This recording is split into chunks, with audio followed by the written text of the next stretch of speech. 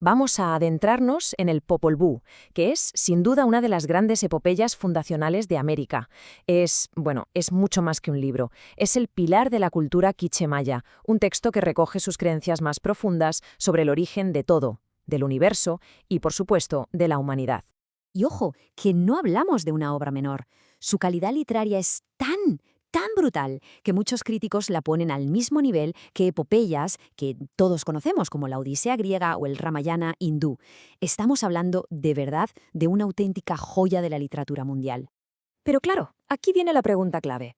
¿Cómo sobrevive una epopeya así, sin que sepamos quién es su autor? Pues aquí es donde empieza el misterio. El Popol Vuh no nació como un libro.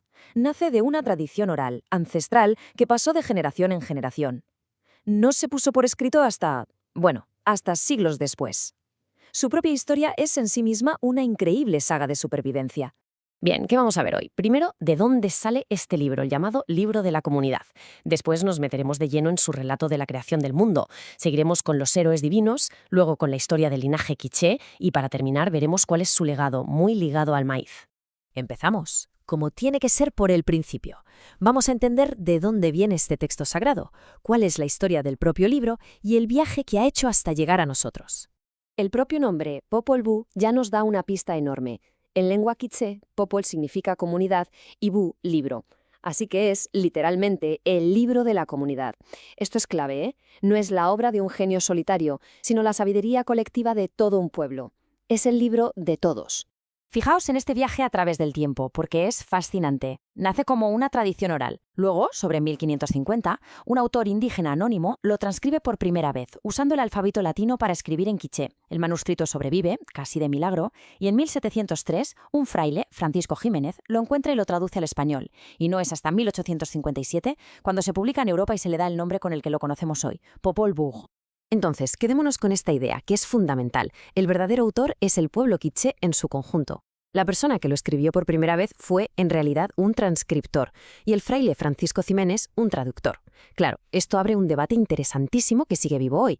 ¿Hasta qué punto la visión cristiana del fraile pudo influir en esa traducción? Es una pregunta que los expertos todavía discuten. Dejamos la historia del libro y nos metemos en su contenido, en la cosmogonía. Y esto es genial, porque la creación en el Popol Vuh no es un hágase la luz y ya está. No. Es un proceso de prueba y error. Los dioses, en el fondo, estaban buscando algo muy concreto, seres que pudieran adorarlos.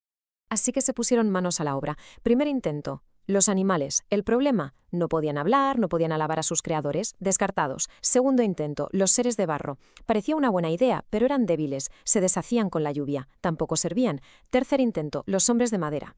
Estos sí que caminaban y se reproducían, pero no tenían alma, ni memoria. No podían venerar a los dioses. Y por fin, el cuarto intento, el definitivo, los hombres de maíz. Éxito. Estos sí podían adorarlos. Y no es casualidad que fuera el maíz, claro, la base de su civilización.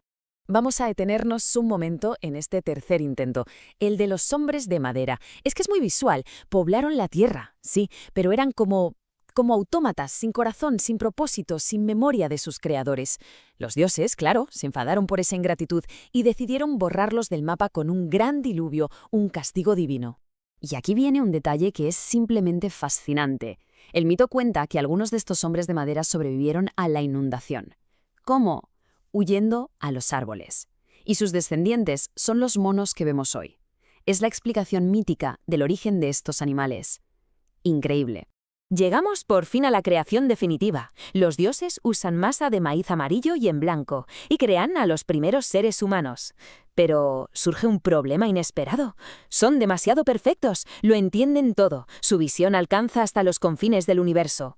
Los dioses se asustan un poco, temen que estos nuevos seres se igualen a ellos. ¿Y qué hacen? Les echan un vaho en los ojos, les nublan la visión para limitar su poder y su conocimiento. Bueno, ya tenemos a la humanidad. ¿Y ahora qué? Ahora el Popol Vuh nos cuenta las aventuras de sus héroes divinos. Y esto es muy importante. No son solo cuentos para entretenerse, son auténticos modelos de comportamiento, guías morales para la sociedad quiché. En la base de todo este panteón encontramos a Expiacoc y Exmucane. Son los abuelos divinos, los primordiales. Y no son dioses de la guerra o de la fuerza, sino de la sabiduría.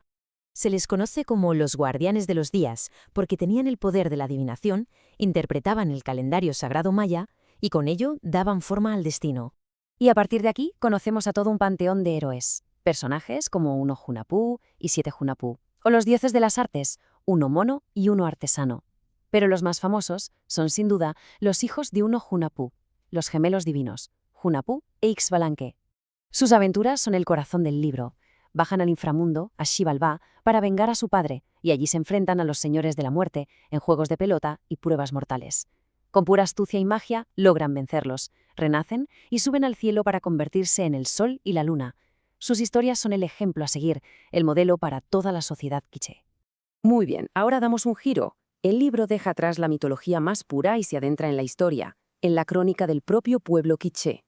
Pasamos del mito a la historia de un linaje. El Popol Vuh nos cuenta entonces la historia de los reyes quiché. Empieza con sus orígenes míticos, cómo se fundó el pueblo, continúa con la edad de oro de sus reyes, la expansión de los grandes linajes, y de repente la narración se corta. Se detiene en seco en 1524, con la llegada de los conquistadores españoles. Es el fin de una era, y el libro lo refleja así, de forma abrupta. Y para terminar, vamos a reflexionar sobre el gran mensaje, el legado que nos deja el Popol Vuh. Una forma de ver el mundo, una cosmovisión, que tiene una conexión profundísima con la naturaleza, y en especial con el maíz. Si hay una idea central, una idea poderosa en todo el libro, es esta.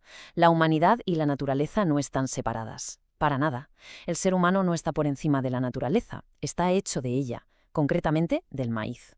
No son dos cosas distintas, son una misma entidad, profundamente entrelazadas. Esta idea lo resume a la perfección. En las creencias mayas, los elementos naturales tienen un protagonismo enorme. El sol, el agua, las plantas, los animales no son un simple decorado. No. Todos estos elementos juegan un papel importantísimo, un papel activo en el destino de los seres humanos. Es como si hubiera un diálogo constante entre las personas y el mundo natural que las rodea.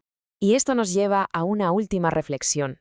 Que este libro haya llegado hasta nosotros es, de verdad, casi un milagro. Sobrevivió por los pelos. Y te hace pensar, ¿cuántas otras formas de ver el mundo, cuántas otras mitologías e historias se han perdido para siempre? El Popol Vuh no es solo un libro, es un superviviente, el eco de un mundo que casi se desvanece por completo.